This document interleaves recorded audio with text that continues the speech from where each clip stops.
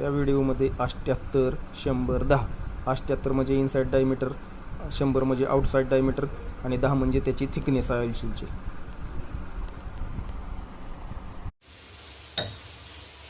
तर हे बघा ऑइल सील. आज आपण ऑइल सील बाबत बोलणार आहोत.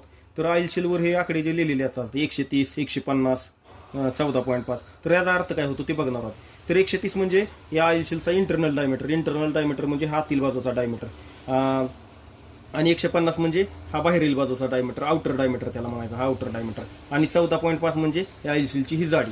तर हे आपल्याला ह्या नंबरवरून हे समजायचं असं त्याचा अर्थ होतो. आता ही बाबा आउटर डायमीटर आहे ना, एका मेटल स्ट्रीप पासून बनवलेलं असतं त्या, आणि त्यावर वरती हे रबरी आवरण दिलेलं आहे बघा. तर असं प्रत्येक ठिकाणी असतं. त्याच्यानंतर हे इंटरनल डायमीटर म्हणजे ही लिप, ही जी लिप आहे, ही लिप ह्याला म्हणायचं लिप. आणि ह्याच्यावर एक स्प्रिंग दिलेली असते. ती स्प्रिंग ह्या शाफ्टला आतमध्ये अशी घट्ट धरून ठेवते शाफ्टवर, या रबरला, त्याला म्हणायचं लिप. आणि ही स्प्रिंगच तिसरा घटक आहे. आता याच्यानंतर हा ऑइल सील लिकेज होण्याची काही कारण आहेत बघा.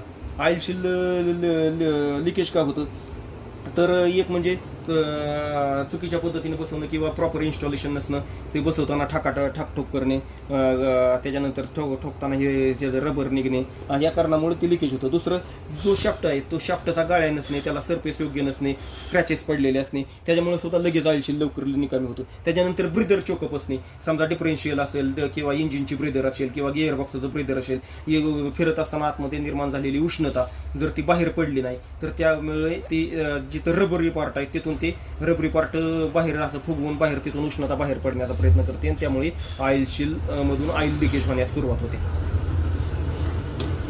थोडी वर आली प्रेशर. ही लेवल काय हां, खाली खाली पाहिजे होतं. खाली पाहिजे, बाहेर आली.